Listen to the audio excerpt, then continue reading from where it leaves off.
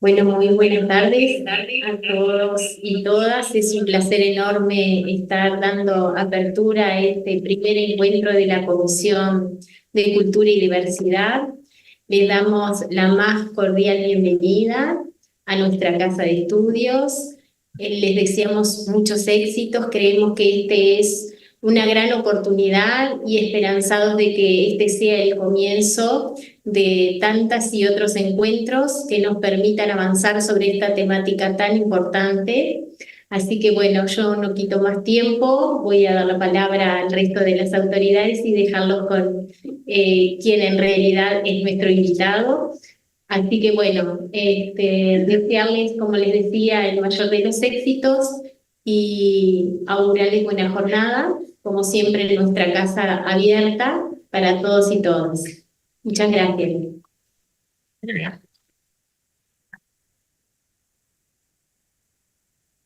Buenas tardes, noches a todas y todos.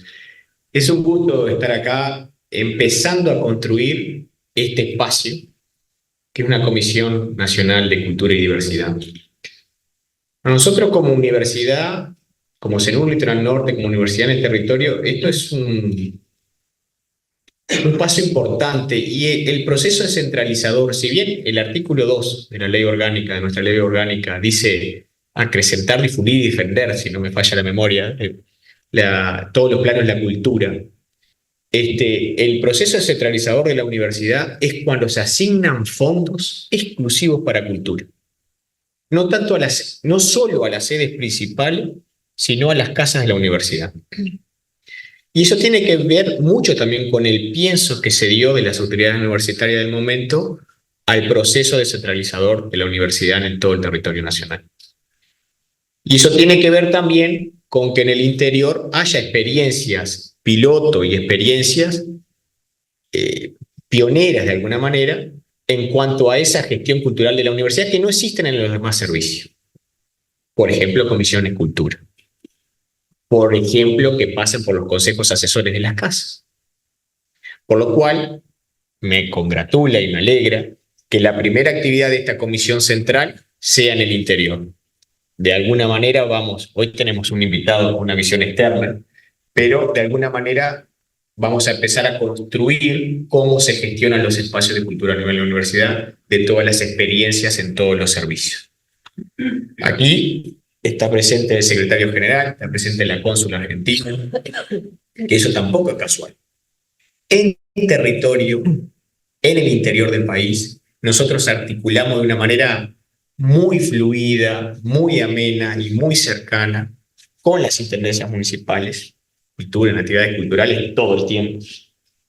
Y lo marco yo siempre por el litoral norte en particular, por nuestro enclave territorial de frontera que compartimos desde Artigas hasta Río Negro con toda la provincia de Entre Ríos. Todos los pasos terrestres están en territorio CENUR, litoral norte, y en territorio de Entre Ríos.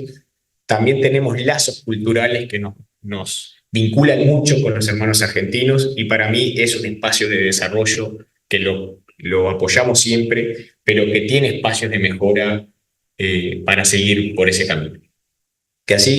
Que para mí es un gran placer empezar a transitar ese camino y que ese empezar a caminar sea desde el interior y hoy que sea desde Salto. Muchas gracias.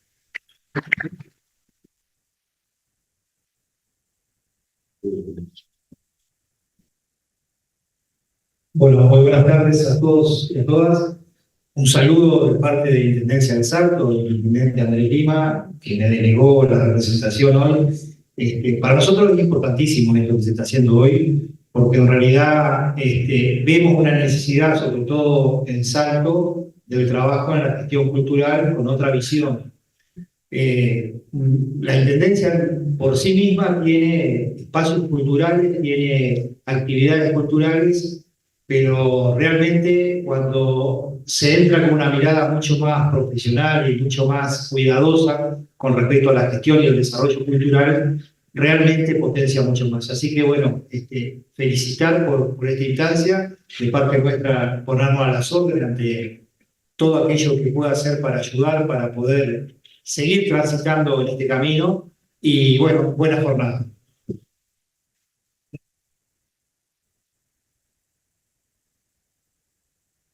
Bueno, una alegría estar acá y ver cómo el Salto se hace un entramado entre la intendencia, la universidad, el territorio. En realidad, esto comenzó el año pasado, cuando desde el área de cultura del Servicio Central de Inclusión y Bienestar Universitario generamos un coloquio de prácticas culturales para ver cómo se estaba trabajando en territorio. Hay un montón de cosas que se están haciendo y no es posible saber ni articular desde atrás de un escritorio, desde tu lugar, ver cómo es cada uno que lo quiere hacer. Entonces lo que dijimos es, bueno, hagamos un coloquio donde cada uno de los ENURES, de cada parte de esos lugares donde tiene la universidad en todo el territorio, va contando qué hace a través de un área específica, de una comisión, de un grupo, de docentes, de estudiantes. Entonces, con eso pudimos decir, bueno, ¿qué sale en común y qué vamos a hacer? El año pasado trajimos 4 universidades de Argentina, de Chile, de Brasil, para que contaran también su experiencia de trabajo en red. De ahí salieron 2 conclusiones importantes. Una, que la gente que está trabajando en cultura quiere formarse, capacitarse en gestión cultural. Porque la gestión cultural, hacer cultura no es hacer una lista de eventos, no es hacer un montón de actividades, ¿no? Sino que tiene otras peculiaridades que, bueno, que tenemos a Bruno que dentro de un montón de cosas nos va a ayudar a pensar. Y a la vez salió un segundo punto muy fuerte que es generar una red. Era trabajar en conjunto. En eso construimos una comisión de cultura y diversidad que el CDG lo aprobó. Dijimos, bueno, ¿cómo hacemos para empezar a bancar? ¿Desde qué lugar? Y ahí encontramos a Fernando Alonso. Y dijimos, bueno, Fernando, vamos a trabajar desde Salto y vamos a trabajar en esto de descentralización y vamos a tener a alguien que sea experto en esto de trabajar en redes. Y encontramos a Bruno, que lo conocíamos de hace años, y Bruno, con una generosidad gigante, dijo, me voy en Salto y voy a trabajar con ustedes y vamos a construir juntos. Y estamos con el área social y artística, con la especialización en gestión cultural, y acá vino Paulina Safrán con nosotros, que está trabajando junto a Rosario Ladacoch también, y a Alejandro Bortázar, y juntos estamos generando esta red. Lo que nosotros queremos dilucidar de alguna manera acá es trabajar en construcción de esa red para ver quiénes somos, qué hacemos, cuál sería una cartografía, qué posibilidades tenemos, qué metas, qué sueños, qué misiones de visión construiremos, cuál será un plan y una hoja de ruta de acá a 1 año, 5 años, que atraviesen los gobiernos de turno, que atraviesen las autoridades de turno. Por eso también saludamos a la FEU, que se vino desde Montevideo y puso unas banderas preciosas. Entonces, cuando vemos las banderas decimos, bueno, está todo bien, todo lo que tiene que estar bien está bien si la FEU participa activamente. Así que esa sería como la lógica, este entramado de gente que está interesada en que esto funcione, en gente que va a ponerle lo mejor de sí para ver cómo la construimos, y vamos a tener una hoja de ruta para trabajar de aquí a 1 año. La construiremos acá, iremos a hacer otro encuentro en Montevideo, ojalá que tengamos una mesa como esta, que la construimos y va a ser más sólida. Saludos a Mónica, que vino a Paysandú también. O sea, todo este lugar me parece que nos da mucho aliento y muchas ganas de hacer. Y yo voy a presentar brevemente a Bruno. Tiene un currículum larguísimo. Para nosotros que trabajamos en gestión cultural, bueno, Bruno queremos ser conceptos grandes. Un colega.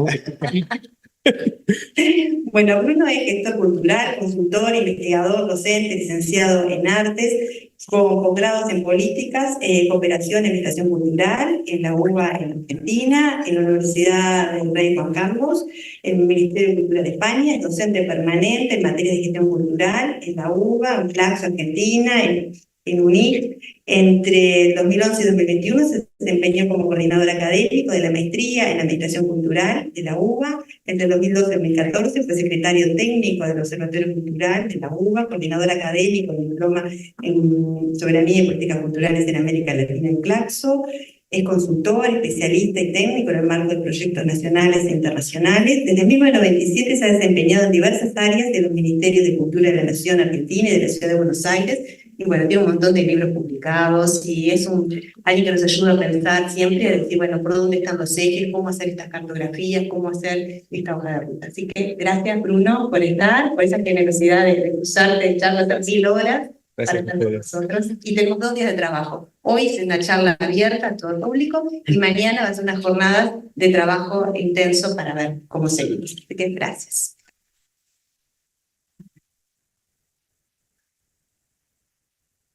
Muchas gracias. Bueno, buenas tardes. La verdad es un gusto estar en este primer encuentro para tan relevante comisión. Cuando el Consejo Directivo Central discute la creación de estos espacios de discusión, es justamente para crear espacios de vinculación y espacios de generación de ideas para generar agendas. La Universidad de la República ha tenido por vocación el desarrollo en el interior del país, que va a contrapelo de lo que es el desarrollo del país histórico, que es en departamentos. La universidad se desarrolla en el interior en regiones que abarcan a varios departamentos. Y uno de los objetivos es que estas regiones interactúen cada vez más entre sí. Acá los compañeros del noreste están presentes, bienvenidos, compañeros estudiantes de la FEU, docentes. Y cuando uno recorre el interior del país, hay un patrimonio histórico y cultural muy diverso, muchas veces ni siquiera documentado como país, sino por región o incluso por departamentos. Y creo que los aportes que se hagan desde espacios como este pueden llegar a generar una riqueza muy grande en cuanto a visualizar patrimonios históricos y culturales y objetivos a generar, porque el país tiene muchísimo que decir. Incluso un documento que tiene la propia Universidad de la República en los registros, que incluso imagino en un evento se hacía mención a eso, que refiere justamente a generar esto, ¿no? El desarrollo de la universidad del interior es relativamente nuevo para los tiempos de un país. Por lo tanto, creo que es muy importante que desde los 3 centros universitarios regionales que el Uruguay tiene hoy en día por parte de la Universidad de la República, en los cuales se han radicado investigadores y docentes del área de las artes y las culturas, es muy importante también lograr integrar a todos para generar ese tipo de discusión y de puesta a punto. Le pongo un ejemplo, la directora actual del CESUR del Noreste hizo su doctorado, otros doctorados, cuestiones que tienen que ver con la antropología. Y hay un aporte muy importante en los saberes del Uruguay previo a su existencia como país, de viejas costumbres hasta ha hecho una incursión interesante de lo culinario, por ejemplo. Entonces, eso le pongo un ejemplo concreto, porque si recorriéramos el Uruguay, nos iríamos encontrando con gratas sorpresas. Salto en particular tiene mucho que decir en esto, Paysandú también. Y sobre todo porque es un país que tiene fronteras distintas con países distintos, y con arraigos y con costumbres y con aportes distintos que hacen que muchas veces desde Montevideo sea difícil de visualizar. Entonces creo que el aporte que puede hacer esta comisión, incluyendo a todo el territorio, incluyendo a la mirada de lo que es lo regional y lo que tiene que ver con ese patrimonio que cada región puede aportar, puede ser tremendamente útil a la hora de generar saberes. Creo que esa base, esa matriz de saberes de importancia justamente para generar un plan de trabajo puede llegar a aportar muchísimo. Desde la Comisión del Interior estamos a las órdenes para aportar lo que vamos a aportar desde ahí. Y por supuesto los contactos de la propia universidad en este espacio. Muchas gracias. Gracias.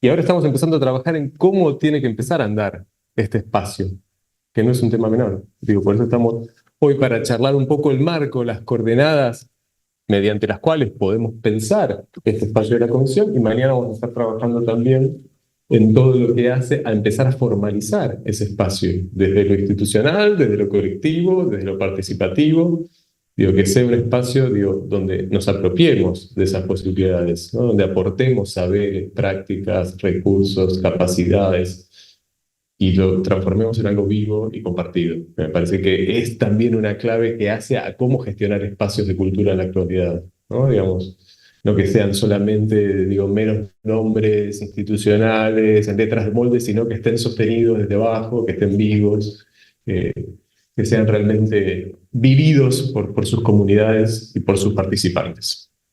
Así que mucho de esto vamos a estar hablando hoy y vamos a estar trabajando mañana, digo, porque lo de mañana también va a ser un espacio más de laboratorio, más de taller, más de práctica, más de construcción colectiva. Pero para eso habíamos pensado también hoy, digo, en este espacio más abierto, digo, sentar un poquito como, no sé, estoy tocando cosas acá, estoy rodeado de micrófonos, parece una conferencia de prensa. Voy a dar declaraciones. Por eso pensábamos hoy decir, bueno, vamos a compartir algunas coordenadas en base a las cuales vamos a empezar a trabajar mañana, digo, pero que nos sirven, ¿no? Como marco, como encuadre un poco, como grandes lineamientos, no solo para pensar la comisión, sino para pensar en general las prácticas desde una perspectiva de profesionalización de la gestión cultural, que viene teniendo un camino sostenido, sobre todo en estas primeras 2 décadas del siglo XXI, muy fuertemente en nuestra región, por supuesto heredado de Europa, de Francia, España sobre todo, digo, que ya venían en un camino de profesionalización de la gestión de la cultura, de la administración de la cultura, en términos amplios, y que nosotros tomamos en estas 2 décadas transitadas y que ha ido amplificando el espacio de profesionalización alrededor de lo cultural, y cada vez contamos con mayores espacios académicos, mayores carreras de distintos niveles, mayores proyectos, mayores investigaciones, mayor capacidad de incidencia en la agenda de las políticas públicas, y afortunadamente, digo, hoy tenemos entre manos un sector que tiene la potencialidad para pararse de igual a igual con otras áreas productivas, ¿no? De la vida social, pero que debemos asumir también un montón de desafíos para poder trabajar en esa relación de paridad. Entonces, bueno, vamos a estar hoy trabajando un poquito esas coordenadas. ¿Me puedo compartir acá? Ok. A ver.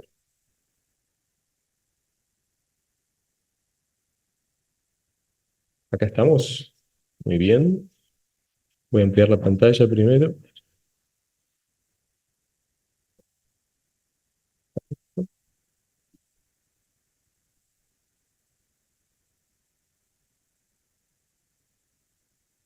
No estoy pudiendo por la barra del Zoom.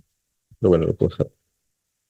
Bueno, Daniela me presentó súper generosamente, lo dijo mi fecha de nacimiento, por suerte, que explica muchas de todo este recorrido de lo que Daniela compartió. Pero no sé si se ve ahí, bueno, ahí estamos.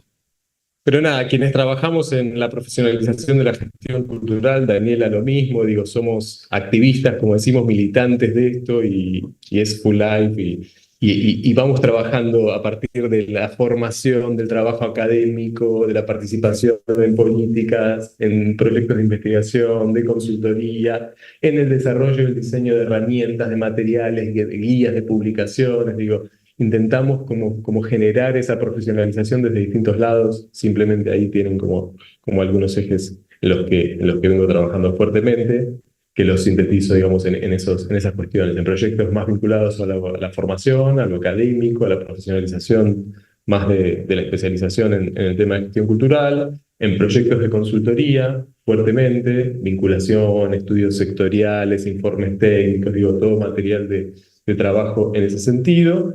En la participación en el diseño, coordinación e implementación de distintos programas y políticas en el ámbito público de distintos niveles, sea nacional, sea local, sea más territorial también, que en los últimos años también estuve con ganas de volver al territorio, porque muchas veces cuando estamos, ¿no?, en organismos de decisión política más alta nos alejamos un poco, que tiene lo bueno de diseñar políticas también y que tienen su impacto también, pero a veces nos alejamos un poco y tenemos necesidad de volver a la territorialidad. Y cuando puedo, escribo, investigo, impulso distintos materiales que intento que sean situados también desde la realidad y desde las coordenadas de nuestra región.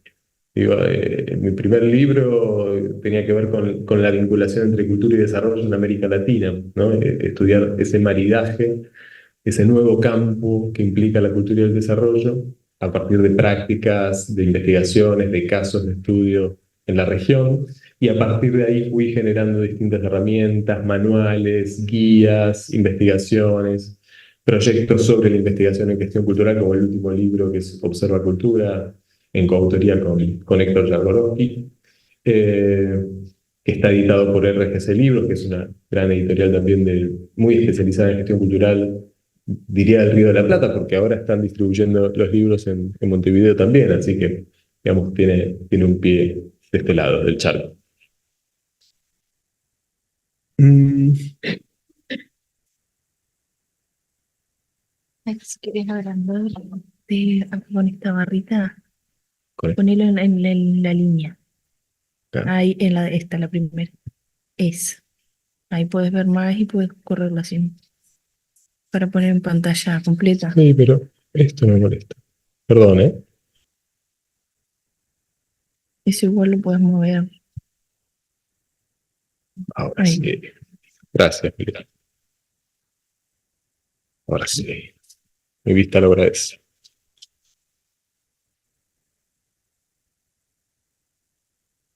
Muy bien. Vamos a comenzar el recorrido. Acá se escucha y estamos bien en el Zoom. No sé si hay señales. Sí. ¿Sí? Ok, yo no estoy. Muy bien. Estamos en todos lados. Everywhere. Muy bien. Dicho esto, vamos a comenzar lo que estamos llamando y que pensamos como definir como 10 ejes clave que hacen a la gestión profesional de la cultura en la actualidad, en la pospandemia, y que tiene algunos lineamientos de acceso o algunas formas de encarar el tema. Por supuesto, el marco de la comisión, que Daniela mencionó tan claramente, estamos contextualizando ese proceso de trabajo, ¿no? Digamos, estamos compartiendo algunas coordenadas que van a contextualizar estas jornadas de trabajo de hoy y mañana, en primer lugar, para formalizar ese espacio de gestión interna de los datos. En un marco de profesionalización creciente de la gestión cultural, un poco lo que les venía contando, estas 2 décadas de formalización, pero que hacen no solamente a los espacios de formación, de especialización en gestión cultural, que los hay y se van fortaleciendo, se van amplificando, sino que tiene que ver con la profesionalización de convocatorias, de proyectos, de evaluadores, de políticas, de programas, ¿no? Digamos, ese eje de profesionalización es cada vez más, ¿no? Digamos, un marco en el que vamos trabajando y que también va jerarquizando nuestro sector y al mismo tiempo nos va obligando, ¿no?, como a estar a la altura, ¿no?, y ser parte de ese proceso continuo de profesionalización.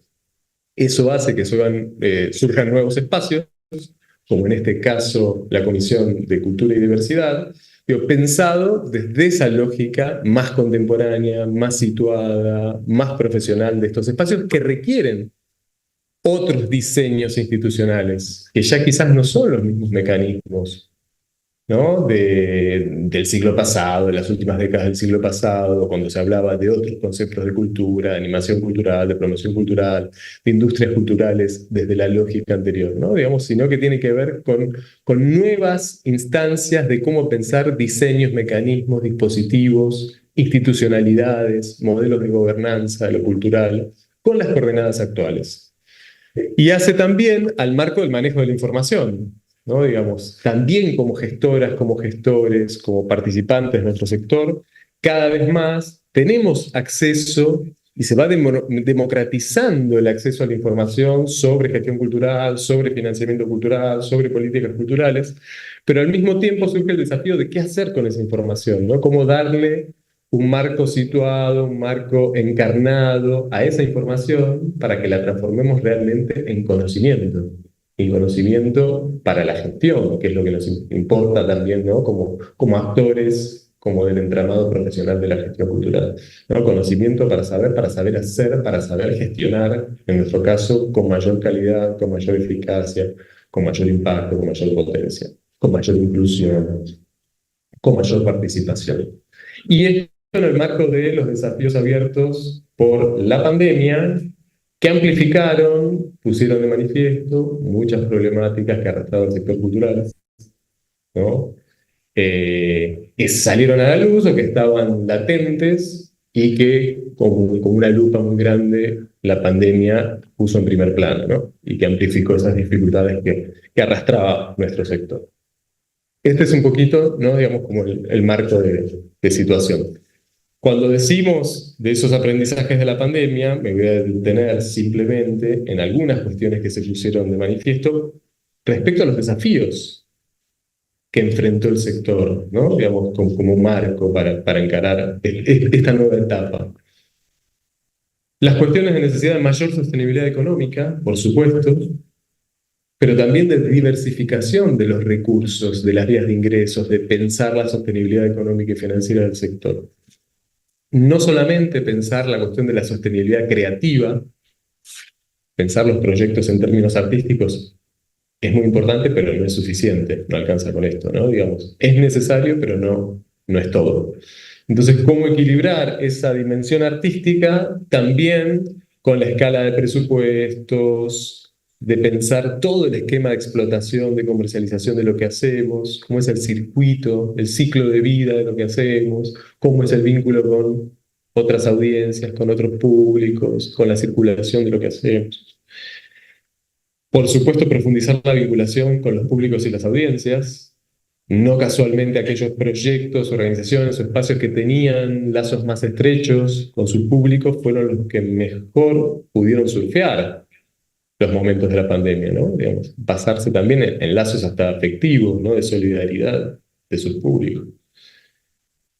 La cuestión de contar con mejores registros, archivos, insumos de memoria, ¿no? Muchas veces pensamos la idea de la memoria simplemente como una evaluación al final de los proyectos, de la implementación, pero también se puso de manifiesto que aquellos proyectos, organizaciones que tenían mejores registros, también podían transformar esto en un insumo o podían monetizar estos recursos, ¿no? Entonces, atención a esto también. Cómo incrementar las capacidades para el desarrollo tecnológico y multimedial del sector, ¿no? También esas organizaciones que estaban más vinculadas a la esfera digital, a la esfera virtual, tuvieron mayor ejercicio también y músculo para adaptarse a los nuevos tiempos. Por supuesto, la actualización permanente de competencias, de habilidades profesionales, quienes tenían también mayor celeridad en el ejercicio profesional de la gestión, también pudieron un poco surfear mejor esos momentos críticos. Toda la cuestión de que tenemos que encarar también el fortalecimiento, la profesionalización de todo el tejido de las organizaciones del sector, cámaras, asociaciones, colegiaturas, gremios, ¿no? Digamos, trabajar en esa formalización horizontal, la composición y la estructuración sectorial del campo cultural. Revertir, por supuesto, trabajar para revertir los niveles de informalidad, de precarización laboral que se pusieron muy de manifiesto también con la pandemia. Y jerarquizar la profesión, ¿no? Digamos, y también el reconocimiento profesional, el reconocimiento material también de la profesión, ¿no? En un contexto de flexibilización creciente, ¿no? Digamos, y que también se puso muy de manifiesto en la pandemia. Entonces, frente a estos aprendizajes que nos dejó la pandemia, digo, ¿cómo encarar una nueva etapa de crecimiento de la profesionalización? Y eso tiene que ver con hacer algo con eso que nos pasó también, digo, aprender de lo que fue ese tránsito duro, doloroso, digo, crítico, para repensar el rol profesional, para volver a jerarquizar el rol de lo cultural en la agenda pública, para definitivamente hacerlo de una manera profesional, que nos ponga en el centro también de la mesa de las grandes decisiones, sobre todo en el campo del diseño de políticas públicas, y poder estar a la par en esa mesa chica de decisiones. realmente tomarlo como aprendizaje y no volver a ese retorno compulsivo a la presencialidad, al hacer permanente, que es como una marca en nuestro sector, que parece que hacemos solamente cuando estamos corriendo y produciendo y no podemos, ¿no?, parar un poco y reflexionar sobre las cosas, pensar en las instancias de viabilidad, de planificación, de diseño, de, digamos, de eso, de proyección de la explotación, de la viabilidad de lo que hacemos. Parece que solamente trabajamos en la esfera productiva, ¿no?, en la gestión permanente del músculo de la producción. Entonces, ¿cómo, digo, evitar esa compulsión al hacer permanente y poder pensar sobre todos esos aprendizajes para profundizar este ciclo de actualización, de profesionalización, de mejora continua? Entonces, lo vamos a hacer, lo vamos a pensar, vamos a compartir esto que llamo esos 10 ejes clave para repensar esta nueva etapa, ¿no? Digamos, que lo vamos a complementar luego con 4 dimensiones más abarcativas, más transversales de la gestión y que agrupan un poco estos 10 ejes que les voy a mencionar. Y que es importante pensarlos conceptualmente, pero sobre todo también como si sea operativo, digo, son lineamientos para la acción, para la gestión. De nada sirve dejarlos solamente, ¿no?, en el cajón del escritorio si no podemos ponerlos en funcionamiento, si no nos pueden impulsar al hacer y al hacer mejor. Que por supuesto los vamos a desdoblar en términos como más positivos, pedagógicos, pero que después funcionan de manera sinérgica, ¿no?, de manera integral. ¿Estamos? ¿Se acabamos bien? ¿Sí?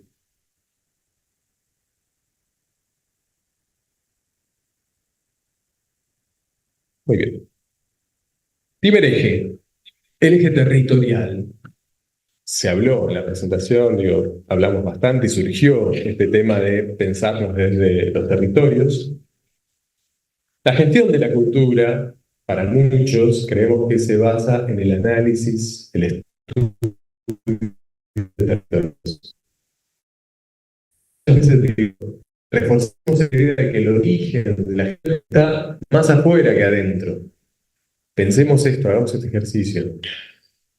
La gestión de territorios simbólicos, de territorios físicos, reales, de territorios virtuales, territorios administrativos, pero sobre todo desde el campo de la gestión, en la síntesis, en la atención de lo que es los territorios externos, como el escenario, los escenarios, los contextos de lo que hacemos, y el territorio propio, que son, digo, las propias capacidades institucionales, organizacionales, de nuestros espacios, de nuestras prácticas.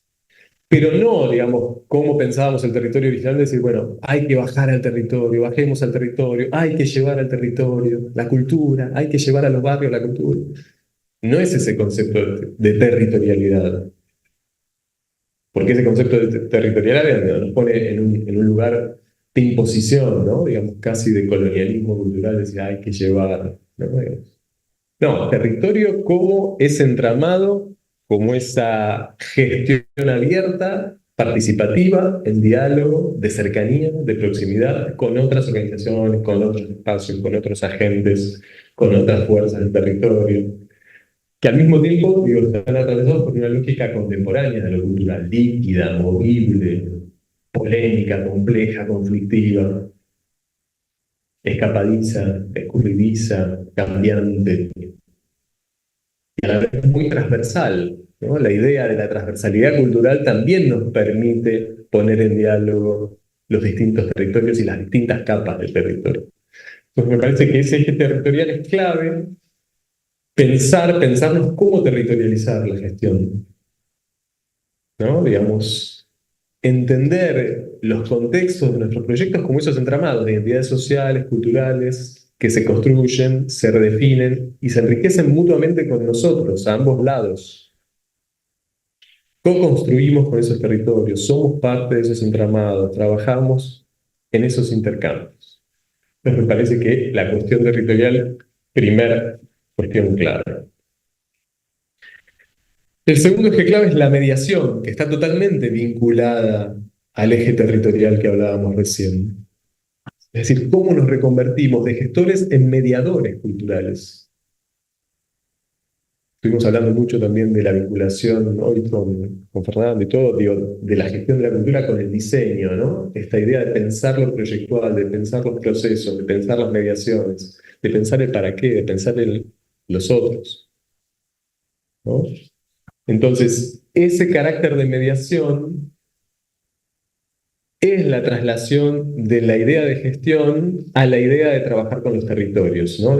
Digamos, de corrernos de esa idea muy ombliguista, muy propia de bajar, de imponer, digo, de ir con las propias necesidades a trabajar más con esa apertura, con esa participación, con esa escucha, ¿no?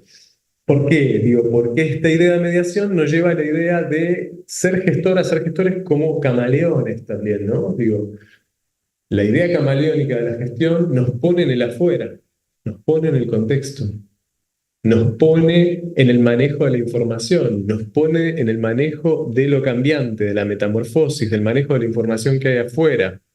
Entonces me parece clave empezar a ver también, digo, como camaleones de la gestión cultural también para capitalizar esas oportunidades emergentes. Digo, ¿qué es gestionar? Digo, y esto lo saben ustedes mejor que yo, digo, que gestionan también sus espacios, sus prácticas, sus proyectos. Digo, gestionar, digo, es tomar decisiones entre límites y posibilidades. Todo el tiempo trabajamos entre límites y posibilidades. Eso es gestionar. Gestionar lo posible en las relaciones de fuerza que se dan en una coyuntura, en el margen de negociación, en el margen de posibilidad de concreción de las cosas por más que sean pequeñas, ¿no? Poder hacer, poder sostener, poder abrir caminos. Entonces, trabajamos desde esa lógica de mediación. Y a lo largo de procesos, que está vinculado con los territorios, que está vinculado con la mediación, pero digo, rescatar también la idea de los procesos, la temporalidad de los procesos, porque los procesos también nos paran en una idea de temporalidad, de posibilidades, de desarrollo de procesos para crear valor con otros. Entonces, atender también no solamente a los resultados, sino a los tiempos, a los espacios compartidos, a los procesos donde, sobre todo en el contexto de la pospandemia, ¿no? Digamos, volver a recuperar esos procesos de trabajo, estas espacialidades, este estar, ¿no? Juntos acá, ahora, pensando, compartiendo con colegas sobre los desafíos de la gestión cultural contemporánea. El tercer eje clave es la sostenibilidad, por supuesto, pero los múltiples anillos de sostenibilidad. ¿Cómo pensar lo que hacemos en clave sostenible, ¿no? Digamos, la sostenibilidad es una dimensión clave en la agenda actual. Creo que como fue antes la de diversidad cultural, por ejemplo, o la innovación. Digo, hoy es central pensar nuestros proyectos en clave de sostenibilidad, que no es solamente sostenibilidad ambiental, son los múltiples anillos de sostenibilidad. Por supuesto, de recursos, materiales, de insumos, lo que hace la sostenibilidad más energética, más física, pero también la sostenibilidad creativa, de alianzas, de públicos, la sostenibilidad de nuestro sector, de ser parte de un sector común, de un desarrollo común de nuestro sector, pensarnos como parte de ese colectivo. Por supuesto, la sostenibilidad virtual, cada vez más necesaria. También cómo pensarnos sostenibles en la esfera digital. Por eso, más que un aspecto, una temática, un departamento, un área, digo, es una perspectiva de cómo pensar las cosas, cómo pensarnos en términos sostenibles. También la sostenibilidad interna, ¿no? De nuestros equipos, de nuestros espacios, de nuestras organizaciones. Pero digo, asumir esta sostenibilidad como una condición, como una columna para pensar todas nuestras prácticas, ¿no? Clave también en la contemporaneidad. Pensarla en términos ampliados y en términos, como decíamos, transversales, ¿sí? Como columnas. El cuarto eje es el eje de las diversidades. Un poco pasa, como lo que hablamos recién de sostenibilidad, las diversidades, creo que tenemos que superar las etiquetas superar las singularidades y poder pensar las diversidades como condiciones para la pluralidad, para la divergencia, para la escucha de lo distinto, más que la categoría tradicional de la diversidad cultural. ¿Cómo sostener esos espacios, esos dispositivos de escucha de lo distinto? ¿Cómo corrernos de las propias definiciones, de los propios tagueos de lo que es diverso para uno, para una? Entrar en lo incómodo, entrar en otras versiones de lo diverso, de lo distinto, de lo diferente. Permitirnos esa escucha, permitirnos esa apertura. Porque parece que muchas veces vamos con la categoría, con la marca dogmática de lo que es la diversidad. Y me parece que el desafío en estas coordenadas que nos estamos planteando es, digo, cómo desnaturalizar o cómo pensar prácticas y espacios que permitan desnaturalizar esos estereotipos, esas fórmulas, que incluso llegan a la idea de la diversidad. Pareciera que ya está en la góndola, ¿no? Como que tenemos la góndola de la diversidad y no ponemos en crisis eso. Entonces, por eso digo lo de las diversidades como práctica, como ejercicio, como músculo para la disidencia, para lo distinto. Digo, ¿cómo pensar espacios, prácticas, organizaciones que permitan sostener la diferencia? Porque si no, pareciera que todo el tiempo tenemos que clausurar eso, o lo usamos para llegar a algo, pero que hay una clausura, que hay un cierre de esa noción de las diversidades. Entonces, me parece central cómo sostener también la diferencia y cómo generar aprendizajes a partir de sostener las diferencias, ¿no? Porque genera escucha, porque genera participación, porque genera reconocimiento, porque genera pluralidad, porque genera una construcción de algo a lo que difícilmente podríamos llegar en forma individual. Entonces esto, ¿no? Digamos, cómo generar, impulsar espacios que consigan sostener esas diferencias.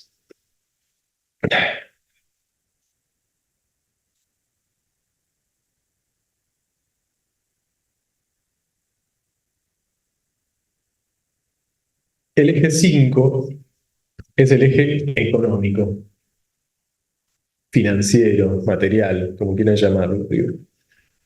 ¿Cómo pensarnos en clave de recursos? Pero no solamente desde la sostenibilidad financiera, porque nosotros nos pensamos en cómo tapar las necesidades materiales, que también está buenísimo, digo, cómo pensar la dimensión material de lo que hacemos, pero más allá todavía, cómo pensar nuestras iniciativas como motores de recursos, como plataformas generadoras de recursos. ¿Por qué? Digo, porque tradicionalmente pensamos al sector, pensamos nuestros proyectos, nuestras iniciativas, desde la lógica de la necesidad, de la carencia, de lo que necesito, de lo que me falta, de buscar apoyo, de ir a pedir, la lógica del pedido del sector cultural. Digo, ¿cómo revertir esto? ¿No? ¿Cómo pasar de esa lógica del pedido a la lógica del intercambio? Que tiene que ver con todo lo anterior que venimos charlando también. ¿Cómo pasar de la necesidad, de la demanda, de la excepción, a una lógica de pensar la potencialidad de lo que hacemos en términos de recursos? Lo que hacemos tiene muchos recursos, motoriza muchos recursos. Integramos recursos, trabajemos en la integración de recursos con otros, pongamos recursos en común, democraticemos esas posibilidades de construir con lo que tienen los demás y con lo que tenemos nosotros. Entonces, esta idea nos lleva a pensar, está bien, desde los programas, desde las convocatorias, desde los fondos tradicionales, pero apoyarnos en eso para pensar esquemas mayores de sostenibilidad económica y financiera. No es dejar esto, sí, sobre todo digo, en el caso de muchos sectores que surgieron a partir de la lucha, de la movilización de muchos sectores que fueron capitalizando también recursos públicos que están en juego. Digo, defendamos, usemos, democraticemos esa información, democraticemos esos recursos, optimicémoslo, pero pensémoslo en un esquema integrado de la sostenibilidad financiera y material. Entonces, clave pensar nuestras iniciativas también como plataformas de recursos. También, para poder sostener todo lo que es el proyecto cultural y creativo.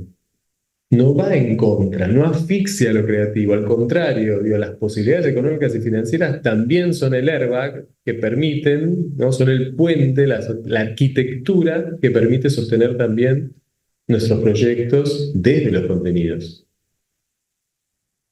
No es que los estamos pervirtiendo, lo estamos naturalizando, al contrario, estamos asegurando desde la sostenibilidad económica que eso que queremos contar, narrar, compartir, construir con otros, realmente se pueda materializar.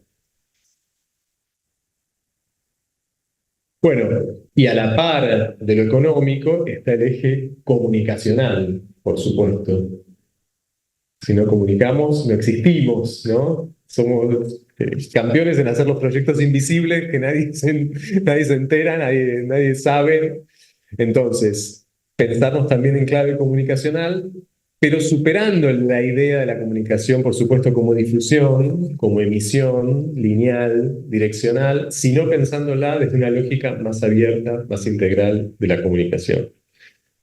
Desde esta idea, digo, por definición, comunicar es poner en común, ¿no? Poner juntos, ¿no? Y cultura y comunicación son las dos caras de la misma moneda. Comunicar es poner en relación, construir desde lo cultural también es hacer juntos. Entonces digo, reconectarnos con esta idea de una comunicación mucho más abierta, mucho más porosa, mucho más participativa, donde la idea de gestionar la comunicación se plantee a quiénes queremos llegar, quiénes son los participantes, quiénes son los aliados, quiénes son los referentes, quiénes son los puentes también con nuestros públicos. Pero la comunicación interna, la comunicación externa, la comunicación de diseño, la comunicación de relaciones públicas, la comunicación publicitaria, digo, todas las esferas de la comunicación, todos los niveles de la comunicación. Pensar esta idea que es muy del concepto también anglosajón, nos sirve para pensarlo, la idea de la comunicación como promoción, ¿no? De la idea de promotion, ¿no? Como esa idea más completa. Todas las formas de contacto, de vinculación, de intercambio también la comunicación, incluso el marketing cultural, digo, como procesos de intercambio y de satisfacción con las audiencias, los grupos de interés. Pero no es la comunicación lineal tradicional de poner en los medios solamente, sino que es ese concepto de comunicación mucho más global, integral y abarcativo. Preguntándonos realmente si tenemos el acceso a esas formas de comunicación, porque muchas veces también nos presionamos, nos exigimos formas de comunicación o formatos de comunicación que después no podemos sostener. Nuestros públicos tienen acceso a esos medios donde queremos trabajar, a esas esferas, a esos espacios donde queremos trabajar. Nosotros tenemos las capacidades, los saberes, las prácticas para poder gestionar esos medios también. Conocemos las lógicas de nuestros interlocutores, nuestros referentes en los medios, los atendemos y trabajamos con ellos como realmente pensando en fidelizarlos como puentes de vinculación con nuestras audiencias finales. Bueno, pensar esa globalidad, la relación de la comunicación con el resto de los elementos de nuestra organización, nuestro proyecto, nuestra práctica, y que sea realmente armónica, que sea acorde con nuestra política de precios, con el espacio donde gestionamos, con el tipo de contenidos, con el tipo de alianzas. De nuevo, ¿no? Digamos, la globalidad de esa comunicación.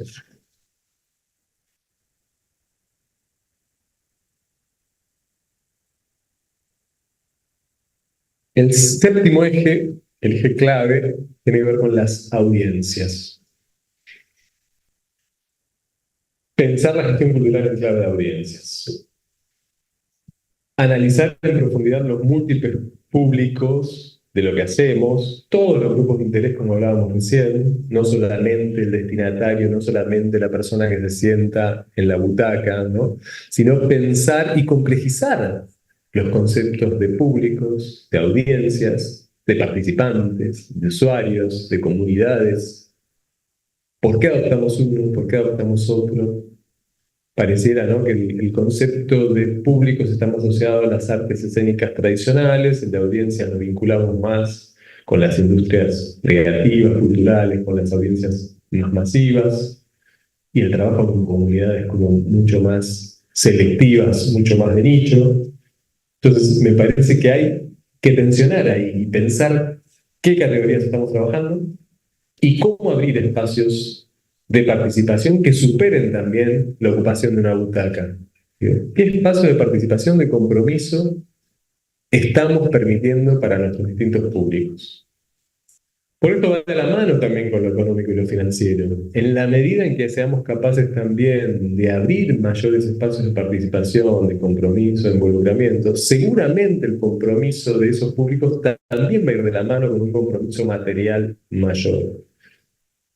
Entonces, pensarlo también desde esa sostenibilidad de compromiso, de participación, de involucramiento, que también hace a una sostenibilidad del proyecto, de sus participantes, pero también en lo económico y en lo financiero. Entonces, ¿cómo pasamos? Pensar la clave, digo, ¿cómo pasamos de esa idea de las audiencias, los públicos tradicionales, donde no tenían mayor, digo, el grado cero de la participación, donde sentábamos a los públicos, los teníamos ahí, nosotros emitimos, nosotros, ¿no?, gestionamos unidireccionalmente esa comunicación, a cómo asumimos ese desafío de generar comunidades más participativas, incluso que se apropien, digo, cada vez más también las organizaciones, los espacios, las propuestas, abren el catálogo también de contenidos a sus audiencias, ¿no? Para que esas comunidades generen también y participen y se involucren en el diseño de los contenidos. Entonces, atención como a esta traslación también. El eje 8 tiene que ver con la accesibilidad, que también, digo, es un concepto que lo asociamos a la accesibilidad física, por lo general, al obstáculo físico de nuestras audiencias, a todo lo que tiene que ver con la apertura de inicia de nuestros espacios, pero digo, pensar no solo en la infraestructura, pensar la accesibilidad en términos oblicuos, en términos más tangenciales, más abiertos, de servicios, de comunicaciones, de estrategias de gestión, digo, cómo estamos siendo más accesibles con segmentos postergados, o cómo estamos definiendo la política de precios como hablábamos recién, o de precios asequibles, o cómo trabajamos con comunidades o con segmentos que nos parecen clave, o cómo diseñamos actividades complementarias o educativas de las organizaciones. ¿Cómo pensamos los servicios? ¿Cómo pensamos beneficios que dan también a cambio de la participación, ¿no? Esto también es clave, digo, cómo diseñar productos, cómo diseñar actividades maximizadas, mejoradas, engrandecidas, para que también esos participantes que estamos convocando tengan una experiencia más plena con nosotros, ¿no? Digamos que realmente se lleven más de lo que vinieron, ¿no?, a buscar en esa experiencia a la que los estábamos invitando. Entonces, clave gestionar desde una sensibilidad abierta a los otros. Digo, que cada vez más nos pensemos, nos preparemos para la mayor diversidad de experiencias posibles con nuestras audiencias. No solamente desde la necesidad física de inicia de la cultura. Melina, vos estás siguiendo, yo no estoy viendo el chat, ¿eh? Ok, perfecto. No, porque no tengo el chat en pantalla. El noveno eje tiene que ver con la participación, que está vinculado con lo que hablábamos recién, de las audiencias y de la participación, el concepto de participación en redes. Cómo impulsar estrategias y prácticas para fomentar esquemas de mayor participación, horizontalidad, vinculación y alianzas colaborativas. ¿Por qué? Digo, porque muchas veces declaramos ser muy abiertos, tenemos un discurso de apertura, de participación, de cercanía, pero gestionamos desde coordenadas anacrónicas, de control, de autonomía, de verticalismo, ¿no? Digamos, donde no se condice eso que muchas veces declaramos con lo que hacemos y gestionamos. Muchas veces trabajamos desde organizaciones pensadas en el siglo XIX, siglo XX, para públicos mucho más exigentes, mucho más dinámicos, mucho más cambiantes, mucho más múltiples, ¿no?, donde tienen gustos sumamente diversos y complementarios y donde pueden coexistir, ¿no?, digamos, gustos y necesidades de hábitos culturales como súper múltiples. Entonces, ¿qué espacios de participación pensamos, ¿no? Para esas distintas audiencias? Desde los destinatarios base que hablábamos hoy hasta las comunidades, hasta los aliados, los sponsors, los mecenas, los equipos de trabajo, el público interno. Entonces, esa porosidad, esas redes, digo, ¿cómo llevarlo también al plano organizacional? ¿Cómo pensar espacios como, por ejemplo, la nueva Comisión de Cultura y Diversidad, digo, pensada en esta clave, digo, de redes, de articulaciones, donde la estrategia vaya primero y que después venga la forma? Digo, porque muchas veces caemos en esta lógica muy dogmática de decir, ah, bueno, quiero que sea así, el organigrama va a ser de esta manera. Digo, ¿cómo pensamos realmente en la estrategia de redes y de participación para que después la configuración de nuestra organización, de nuestro espacio, sea coherente con esto, ¿no? Pero lo que manda es lo otro, digo, más allá de la forma. Porque si no, caemos también de nuevo en una versión de la participación. Entonces, es clave pensar esas estrategias para impulsar organizaciones más porosas, abiertas, receptivas, de puertas abiertas, capaces de escuchar, de aprender, con todos los conflictos que eso trae, ¿eh? Porque parece también sencillo y no siempre lo es, ¿no? Digamos, pero está bueno también asumir ese desafío, ¿no? Digamos, de tener realmente la posibilidad de abrir puentes de vinculación con nuestras audiencias, más allá que después eso sea complejo de gestionar en el día a día. Se vincula con otras cosas que vamos a charlar luego.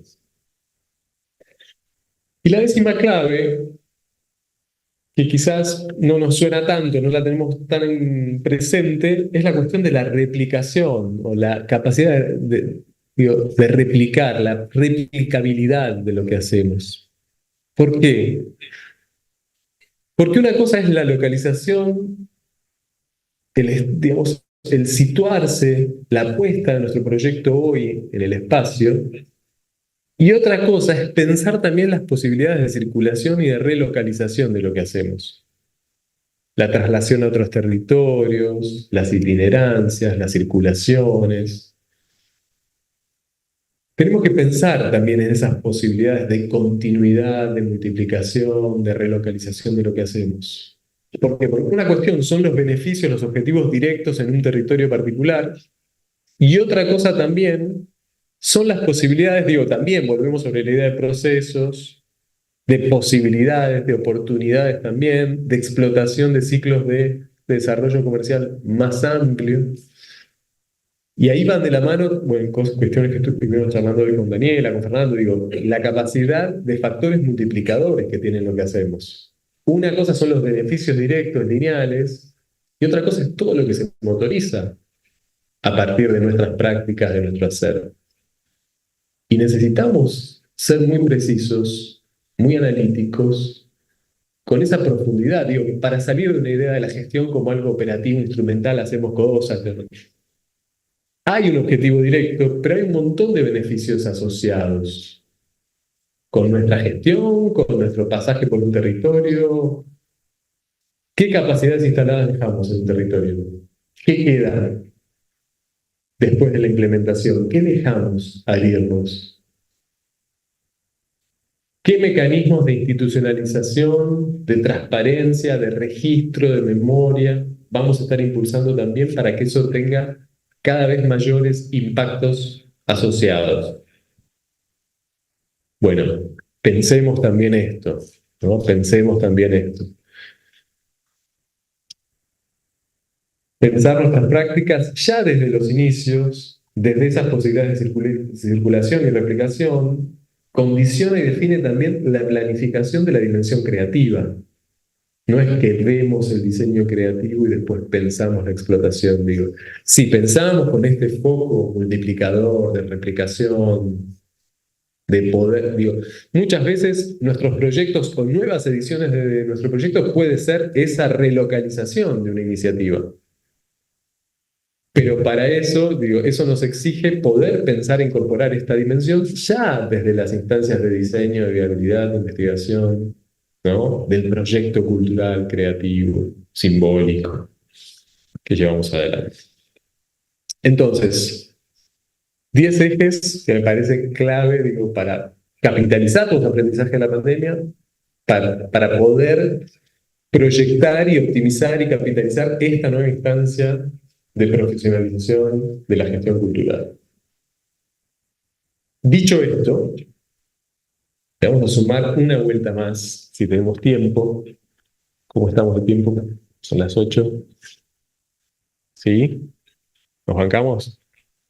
Una vuelta. Vamos, un doble clic ahí para profundizar algo.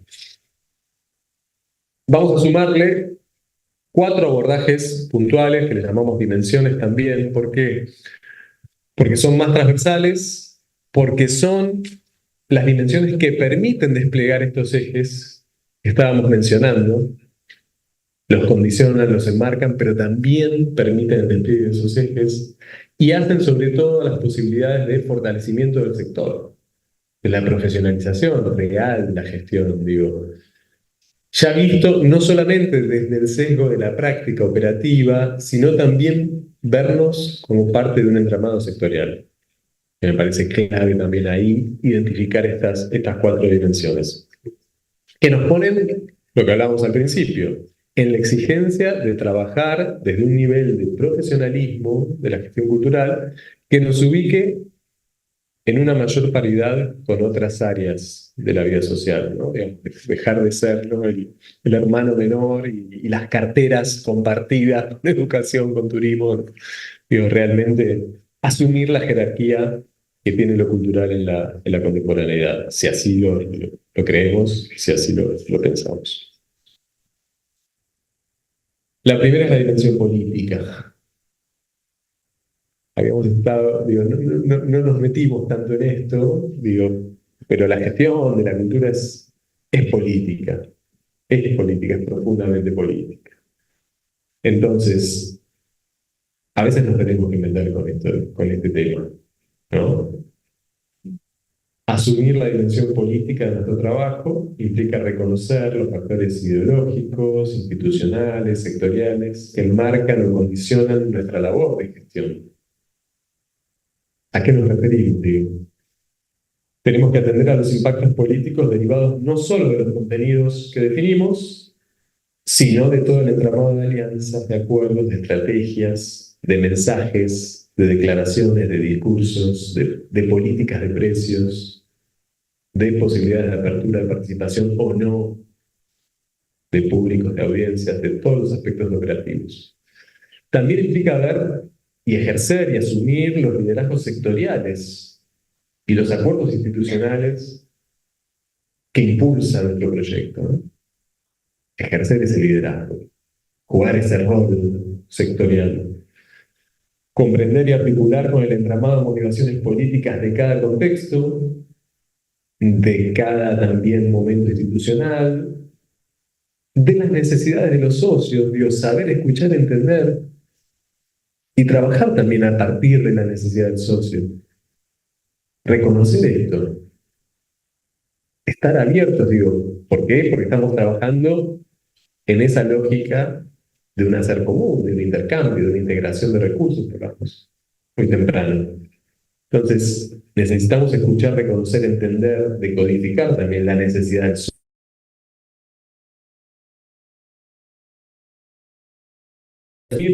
Sectorialmente, digo, la cultura como ámbito de máximo nivel político decisorio, como hablábamos recién, a la par de otros campos.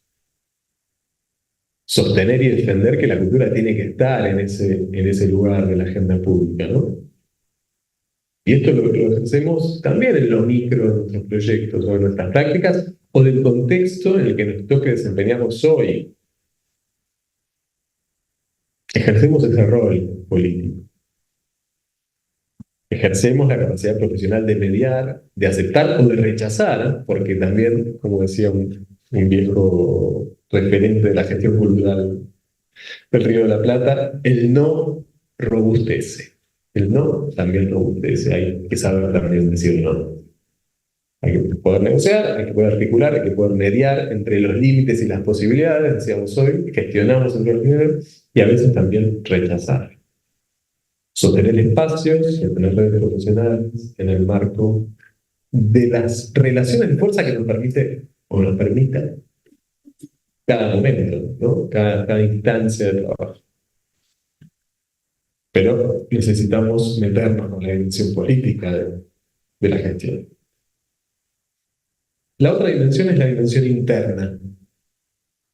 Muchas veces sobrevolada, pero no asumida plenamente, ¿no? Digamos, ¿a qué me refiero? Digo, con atender a los aspectos internos de nuestras organizaciones que van a permitir o no obstaculizar o a complejizar o polemizar el desarrollo de los 10 ejes que hablábamos hoy. La dimensión interna de nuestros espacios, de nuestras organizaciones, es un proyecto en sí mismo. Necesitamos concebir y pensar y asumir la dimensión interna de lo que hacemos como un proyecto a la par del proyecto artístico, del proyecto territorial, del proyecto comunicacional. La dimensión interna hay que gestionarla, hay que sostenerla, hay que defenderla, hay que asumirla, hay que fidelizarla, hay que comprender todo ese entramado de perfiles, de equipos, de recursos, de competencias, de capacidades internas que tenemos. Hay que gestionar con esa dimensión interna. Entender los nuevos roles, los nuevos perfiles, actualizarlos, apostar a la actualización y a la profesionalización, como decíamos, permanente, el aprendizaje continuo pensado también desde las coordenadas actuales, no como una formación tradicional, sino pensar también la profesionalización desde ese acompañamiento, desde esa práctica permanente, desde el estar adentro de la cocina de las instituciones, de poder acompañar, de poder ser mentores y mentoras, también de quienes vienen atrás, de entender lo generacional, de entender los saberes de cada momento y de cada generación y cómo pensar esos equipos más múltiples, ¿no? Como más diversos, más complementarios, cómo poder gestionar esas lógicas diversas dentro de nuestros equipos, lógicas distintas, digo, creativas, sociales, políticas, económicas, lógicas humanas, necesidades de reconocimiento. Toda esa dimensión interna, digo, es clave para poder vehiculizar como plataforma necesaria para implementar esos ejes clave que hablábamos hoy. La dimensión profesional está vinculada con lo político, está vinculada con lo interno, pero que cada vez más, digo, démosle una dimensión a esto que venimos hablando,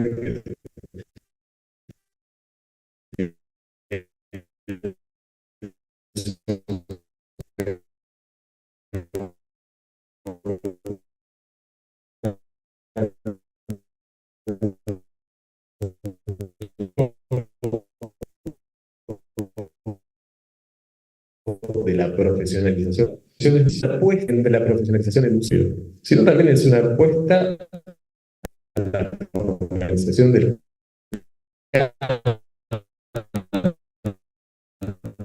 ¿no? El sector. Pensar técnicas que manejan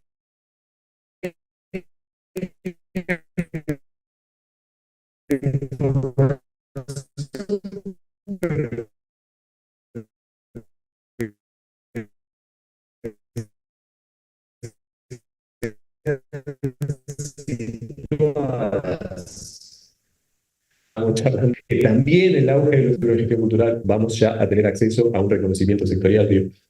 Y más en los contextos universitarios como los que estamos vinculados con estudiantes, con participantes, con trabajo voluntario, digo, la práctica, digo, es un espacio también que tenemos que rescatar y que poner en valor y que capitalizar mucho. Siempre, ¿no? Esta idea del manejo de información, pero para la gestión, ¿no? Para el saber hacer. Y también manejar los nuevos liderazgos dentro de ese rol profesional. Digo, somos actores de un entramado profesional, digo que vamos a impulsar nuevos liderazgos, pero que no son ya solamente los liderazgos carismáticos tradicionales, sino que son más abiertos, más participativos, más plurales, más abiertos a la diversidad como hablamos hoy. También ejercer, defender y poner en valor esos nuevos liderazgos. Pero pensemos esta dimensión profesional como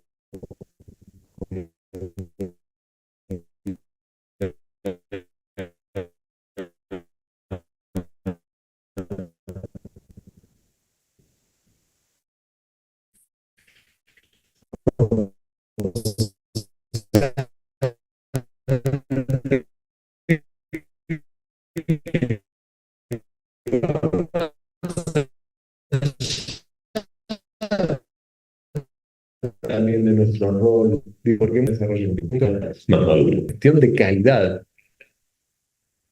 Y también ser cada vez más precisos y más finos con el diseño de esos mecanismos y de esas intervenciones desde lo institucional, de los modelos de gestión, de los esquemas de trabajo que vamos a llevar adelante. Parece clave también, ¿no? Sumar la idea de profesionalismo también a la calidad de la gestión. Calidad en las coordenadas que cada uno de ustedes defina en el contexto de sus espacios, de sus organizaciones. Y finalmente, no menor, la dimensión ética. La dimensión ética, que parece, ¿no?, totalmente vintage, ¿no? Old school, ¿no? Hablemos de la ética, ¿no? En un contexto de cada vez más meritocracia, individualismo, sálvese quien pueda, lo singular, lo propio, digo, volver a revincular el universo cultural y creativo con el plano de la ética. Me parece que muchas veces el arte y la cultura, ¿no?, van como que están en un mundo aparte. No, reconectemos con esto, digo, asumamos y fortalezcamos también todas las declaraciones de valores, de principios, pero de una manera encarnada.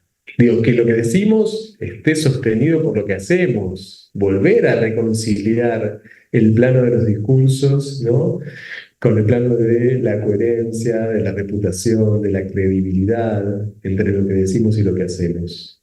Que lo veamos funcionando, que todos esos valores, que esa misión, que esa visión que declaramos, los valores de cómo hacemos lo que hacemos, no lo veamos en los discursos, que lo veamos funcionando. Sostengámoslo. Que eso hable por nosotros también, ¿no? Digamos. Y reforzar también las formas de cuidado, de reconocimiento, de amorosidad, de afectividad de lo que hacemos. Necesitamos, digo, sobre todo en lo que hablábamos de volver de la pandemia, necesitamos también recuperar esos gestos, esos espacios, por más que sean pequeños. Digo, de cuidado, porque es lo que nos da diferenciar también a nuestro sector, a nuestra forma de hacer las cosas. Entonces, necesitamos reconectar con esas estrategias de los valores de la ética, de la responsabilidad cultural, de los cuidados, de lo afectivo, pensándolos como activos a gestionar, digo, como pilares de lo que hacemos, pero en lo que hacemos en movimiento, en funcionamiento, ¿no? Digamos. Y acá estamos, entonces, lo político, lo interno, lo profesional y lo ético, como 4 dimensiones más abarcativas, más transversales, que conviven con esos 10 ejes clave.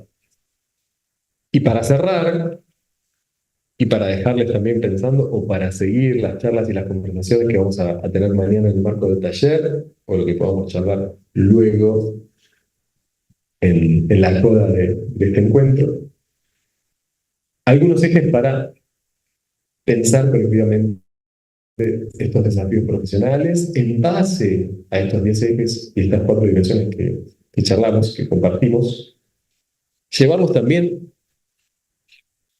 a nuestra realidad, digo, a nuestro hacer cotidiano, indagarnos, digo, poder pensar sobre esto, pensar qué límites y obstáculos identificamos para asumir o para poner en práctica estos ejes y estas dimensiones, si identificamos cuestiones coyunturales o del entorno que dificultan este desarrollo profesional, si reconocemos elementos o capacidades positivas que nos permiten tener mayores posibilidades de desarrollo de estos ejes, si reconocemos otros elementos a considerar dentro de los desafíos profesionales que estamos compartiendo, si contamos con el tiempo y el espacio para poder trabajar esto, digo, para poder pensarlo con otros, digo, nos damos estos espacios en los equipos, en los procesos de trabajo, como para poder indagar en estos elementos en la práctica cotidiana.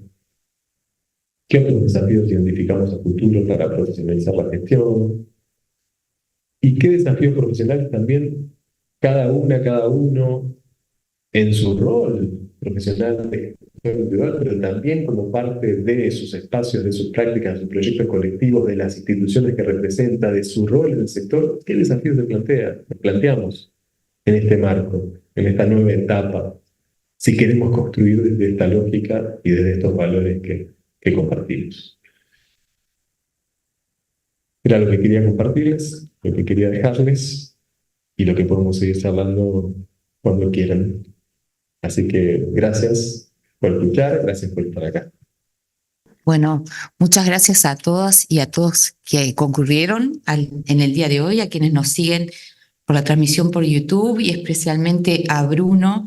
Ahora vamos a dejar un espacio para alguna pregunta, si es que hay, pero nuevamente agradecer tu presencia y a los organizadores de esta instancia, al CENUR Litoral Norte, al Servicio Central de Inclusión y Bienestar Universitario, a la especialización en gestión cultural del área social y artística en la Universidad de la República, reiterando lo que dijo Daniela, la disculpa de su coordinadora, la profesora Rosario Radakovich, que nuevamente envía sus saludos. Muchas gracias por estas claves, por estos debates, por dejarnos pensando. Esperamos seguirlo hoy, mañana y trasladarlo en esta difícil tarea de pensarnos y proyectarnos en conjunto. Este es un primer paso que esperemos continuar profundizando y que lleguemos en un tiempo a encontrarnos y volvamos a debatir con otros productos donde esos ejes estén atravesados y veamos este trabajo, sobre todo que iniciamos con el territorio y encontrándonos.